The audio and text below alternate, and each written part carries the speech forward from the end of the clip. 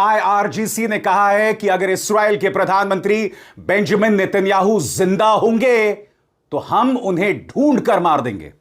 अगर बच्चों का हत्यारा नेतन्याहू जिंदा होगा तो हम उसे बख्शने नहीं वाले हैं।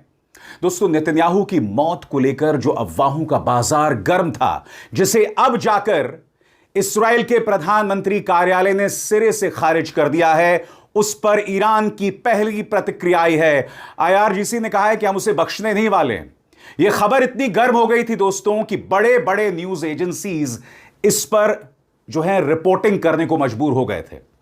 बहरहाल यह भी हकीकत है कि नेतन्याहू को लेकर जितनी भी खबरें आ रही थी, उनकी मौत को लेकर, वो सभी फेक न्यूज थी और आर्टिफिशियल इंटेलिजेंस के जरिए जनरेटेड थी। मगर बहुत अहम हो जाता है आईआरजीसी का यह बयान, क्योंकि एक तरफ आईआरजीसी बयान दे रहा है और दूसरी तरफ आईआरजीसी का यह ताजा